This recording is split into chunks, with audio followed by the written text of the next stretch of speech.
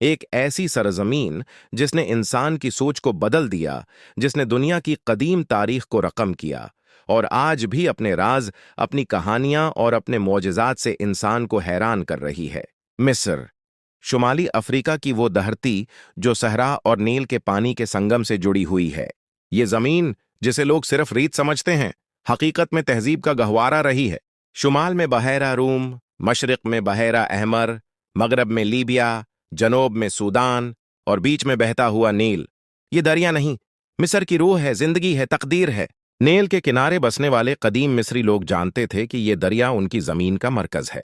नील के पानी के बगैर जमीन सिर्फ रेत और पत्थरों का ढेर होती, लेकिन नाइल ने जमीन को जरखीज बनाया, खेत पैदा किए और इंसान को सिखाया कि जमीन और पानी की मुनासिबत से जिंदगी किस तरह सनौर सकती है। हर साल जब नील की बारिश बहड़ती, खेत सरसब्ज होते और जिंदगी की नई रूह फूटती। नील के पानी ने इंसान की जिंदगी, हुक्मरानी और रोजमर्रा के कामों को मुमकिन बनाया। मिस्र की सरजमीन मुख्तलिफ जुग्राफियाई खित्तों में तकसीम है। मिस्र का ज्यादातर हिस्सा सहरा है, सहराए लीबिया मगरब में और सहराए अरब मशरिक में।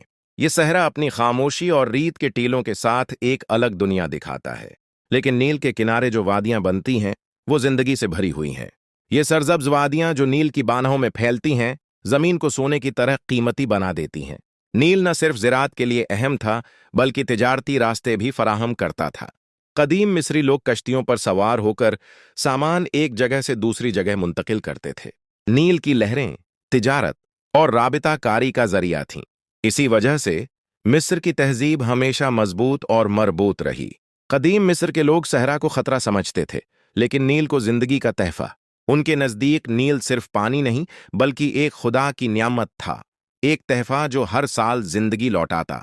यही वजह है कि मिस्री इबादात में नील का जिक्र अक्सर आया। नील के किनारे बने मंदिर, नील के पानी से मुंसलिक त्यौहार और सालाना जश्न इस बात की गवाही हैं कि नील मिस्र की जिंदगी का महवर था। अब अगर हम मिस्र के नक्शे पर नजर डालें तो देखेंगे कि नील के उर्द गर्द जमीन सरजब्ज और जरखीज है और बाकी सहरा इंसानी बस्तियों से दूर। ये एक हैरान कुन तजाद है, एक तरफ रीत और सहरा, दूसरी तरफ जिंदगी की सरजब्ज वादियां। ये तजाद मिस्र की शनाख्त बन गया। यही तजाद मिस्र को दुनिया की सबसे कदीम तहजीबों में से एक बनाता है। मिस्र की तारीख तकरीबन 5000 साल पुरानी है। ये वो जमीन है जहां फिरौनों ने हुकूमत की, जहां अहराम तामीर हुए, जहां मजहब और साइंस ने एक साथ जन्म लिया। मिस्र की कदीम तारीख को समझना दुनिया की तारीख को समझने के मुतरादिफ है। ये वो जगह है जहां इंसान ने पहली बार लिखाई ईजाद की, जहां कानूनी निज़ाम कायम हुआ और जहां मजहब और फलसफा ने इंसान के जहन को परवान चढ़ाया। मिस्र के शुमाल में वाक़ई बहेरा रूम ने मिस्रियों को दुनिया के साथ राबिता फराहम किया। तिजारत, सकाफत और इल्म के तबादले इसी बहीरा के जरिए मुमकिन हुए। मशरकी साहिल पर बहेरा अहमर ने तिजारत के देगर रास्ते खोले और सहरा ने मिस्र को बैरूनी हमलों से महफूज रखा। इस तरह मिस्र ने कुदरती हुदूद के अंदर अपनी तहजीब को परवान चढ़ाया। ये सरजमीन न सिर्फ कुदरती हुस्न में मुनफरिद है, बल्कि इसकी जुग्राफियाई अहमियत ने भी इसे तारीखी एतबार से अहम ठहराया। नील के किनारे की जमीन, बहीरा रूम के साहिल, सहरा की हुदूद, ये सब अवामिल मिस्र को एक ताकतवर और मुस्तहकम रियासत बनाने में मददगार साबित हुए। और यही वो जमीन थी जिस पर इंसान ने फिरौनों के तहत हुकूमत की इब्तिदा की, जहां हर पत्थर, हर इमारत, हर खीत मिस्र की जिंदगी की कहानी सुनाता है। यहाँ की मिट्टी, रीत और पानी सब मिस्र की कहानी के किरदार हैं। नील के पानी की रवानी, हवा की सरसराहट और सहरा की खामोशी सब मिस्र की तारीख की लें हैं। आज का मिस्र भी इन्हीं अनासिर पर कायम है। काहिरा का शहर, जो हजारों साल पुरानी तहजीब के ऊपर तामीर हुआ, आज भी दुनिया के कदीम तरीन शहरों में शुमार होता है। मिस्र की शनाख्त, मिस्र की रूह और मिस्र की तारीख आज भी जिंदा है। जब हम मिस्र की तारीख में वापस जाते हैं तो हमें 5000 साल कब्ल मसीह के दौर में ले जाया जाता है, एक ऐसा जमाना जब जमीन इंसान के लिए महज रहाइश गाह नहीं, बल्कि ताकत, हुक्मरानी और तहजीब का आगाज थी। ये वो दौर था जब सहरा की खामोश रीत के बीच, नील के किनारे, इंसान ने पहली बस्ती बसाई, पहली हुकूमत कायम की और अव्वलीन उसूल वज़ा किए। कदीम मिस्र की इब्तिदा दो बड़े खित्तों में हुई, शुमाली मिस्र या डेल्टा और जुनूबी मिस्र या ऊपर मिस्र। शुमाली मिस्र नील के डेल्टा के किनारे वाक़ा ज़रख़ीज़ ज़मीन और तिजारती रास्तों के लिए मशहूर था। जुनूबी मिस्र, जिसे ऊपर मिस्र कहा जाता था, बुलंद ज़मीन और सहरा की हुदूद की वजह से मजबूत और महफूज था। ये दोनों खित्ते अलग अलग रियासतें बन गए। हर एक की अपनी ज़बान, रस्म व रवाज और तर्ज हुक्मरानी थी। तकरीबन 2100 क़ब्ल मसीह में एक अहम वाक़या हुआ जिसने मिस्र की तारीख़ का रुख बदल दिया। ये वो लम्हा था जब अव्वलीन फ़िरौन नार्मर या मैनिस ने शुमाली और जुनूबी मिस्र को मुत्तहिद किया। ये इत्तेहाद न सिर्फ जोग्राफियाई था बल्कि सियासी, थकाफ़ती और मजहबी इत्तेहाद भी था। इसके बाद मिस्र ने मुस्तकिल हुकूमती निज़ाम की बुनियाद रखी, जिसे हम पुराने सल्तनत का दौर कहते हैं। कदीम मिस्रियों के लिए फ़िरौन सिर्फ बादशाह नहीं था, वो खुदा के नुमाइंदे, ज़मीन पर सूरज का बेटा और कौम का मुहाफिज था। फ़िरौन की ताकत कानून के बराबर थी और उसके फैसले न सिर्फ ज़मीन बल्कि रूहानी ज़िंदगी पर भी असर रखते थे। फ़िरौन के मातहत हुकूमती अफसर, फ़ौज और मेमार काम करते थे और इसी निज़ाम ने मिस्र को मजबूत बनाया।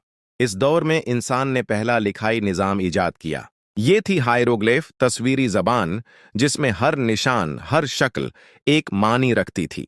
हायरोग्लिफ न सिर्फ इंतज़ामिया और तिजारत के लिए इस्तेमाल हुई, बल्कि मजहब और फ़लसफ़ा की तालीमात को भी लोगों तक पहुँचाने का ज़रिया बनी। इसी के ज़रिए आज हम मिस्र की कदीम तारीख़ को पढ़ और समझ सकते हैं। कदीम मिस्र की इब्तिदाई सल्तनत में ज़राअत की तरक्की ने अहम किरदार अदा किया। नील के किनारे खेत वसिया और ज़रख़ीज़ थे। गंदुम, जौ, सब्जियां और फल सब कुछ पैदा होता था। इस पैदावार ने न सिर्फ मकामी ज़रूरत पूरी की बल्कि तिजारत के लिए भी सामान फराहम किया। इस दौर के लोग जानते थे कि नील की सालाना आबियारी ही जिंदगी की ज़मानत है। हर साल जब नील बहता, ज़मीन को नई ज़रख़ीज़ी मिलती और लोग खुशहाली मनाते। फ़िरऔन के हुक्मरानी दौर में अहराम और मकाबिर तामीर किए गए। ये इब्तिदाई अहराम छोटे मगर मुस्तहकम थे, जो बाद में दुनिया के सबसे बड़े मेमारी अजायबात की बुनियाद बने। कदीम मिस्री मेमारों ने पत्थरों को तराशा, लाइनों को नापा और मकाबिर को ऐसी तरतीब दी जो आज भी साइंसदानों के लिए हैरत का बायस है। ये सिर्फ कब्रें नहीं थीं, बल्कि इल्म, ताकत और मजहब का इजहार थीं। मिस्र के इब्तिदाई फ़िरऔनों ने अपनी हुकूमत मजबूत बनाने के लिए मुक़द्दस इबादात को भी अपने साथ जोड़ा। हर शहर में मंदिर बनाए गए, हर मंदिर के अंदर खुदायात की पूजा होती और हर फ़िरऔन अपने आप को खुदायात के नुमाइंदे के तौर पर पेश करता। ये मजहबी निज़ाम न सिर्फ लोगों की ज़िंदगी पर असर अंदाज होता, बल्कि फ़िरऔन की ताकत को भी मजबूत करता। इस दौर की सियासत में इत्तेहाद और जिद्दोजहद दोनों शामिल थे। मिस्र के शुमाली और जुनूबी हिस्से के दरमियान बाज़ अवकात जंगें भी होती रहीं, लेकिन फ़िरऔन की क़ियादत में इत्तेहाद मजबूत हुआ। ये इत्तेहाद मिस्र की मजबूत सल्तनत की बुनियाद बना, जो आने वाले हज़ारों साल तक कायम रही। इब्तिदाई दौर में मिस्र की फ़ौजी ताकत भी अहम थी। फ़िरऔन के पास तरबियत याफ्ता फ़ौज थी, जो न सिर्फ अंदरूनी अमन कायम रखती, बल्कि बीरूनी ख़तरात से मिस्र की सरहदों का दिफा भी करती। ये फ़ौज हर शहर में मौजूद थी और हर फ़ौजी को हुकूमती क़वानीन और फ़िरऔन की वफ़ादारी की तालीम दी जाती थी। इस दौर में मिस्र की तिजारत भी फ़रूग पजीर थी। नील के किनारे कश्तियों के ज़रिए तिजारती सामान एक जगह से दूसरी जगह पहुँचाया जाता। सोने, पत्थर, कपड़े, मसालहा जात और दीगर कीमती अशिया शुमाल और जनूब के दरमियान और हत्ती की बीरूनी ममालिक तक मुंतकिल की जाती थीं। तिजारत ने मिस्र की माईशत को मजबूत किया और लोगों की ज़िंदगी में रौनक पैदा की। फ़िरऔन और अव्वाम के दरमियान ताल्लुक़ भी इस दौर में मुखस्सस था। फ़िरऔन न सिर्फ हाकिम बल्कि रहनुमा भी था। लोग अपने मसाइल, दुआ और ज़िंदगी की रहनुमाई के लिए फ़िरऔन की जानिब रुजुआ करते। फ़िरऔन की अदालतें, मकामी हुकूमती दफातर और मंदिर एक ही निज़ाम के तहत चलते थे, जो मिस्र की मजबूती की अलामत था। ये दौर मिस्र की थकाफ़ती शनाख्त की बुनियाद भी बना। लोग मूसीकी, रक्स, शेर और फ़नून लतीफ़ा में माहिरत हासिल करते। मंदिर और महाफिल में फ़नकार अपनी सलाहियतें दिखाते और मिस्र की ज़िंदगी में खूबसूरती और तख्लीक़ियत की रूह कायम होती। ये थकाफ़ती तरक्की बाद में मिस्र की अजीम तहज़ीब का हिस्सा बनी। कदीम मिस्र की इब्तिदा हमें ये सिखाती है कि किस तरह एक ज़मीन, पानी اور انسان کی محنت نے ایک تہذیب کو جنم دیا۔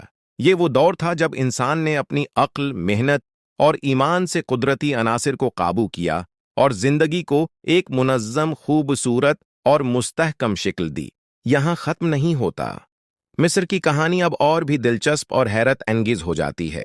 آگے ہم دیکھیں گے کہ کس طرح اہرام کے بڑے معجزے بنے، کس طرح فرعونوں کی طاقت عروج پر پہنچی، اور کس طرح مصر نے دنیا کو سائنس، فنون اور مذہب کا تحفہ دیا۔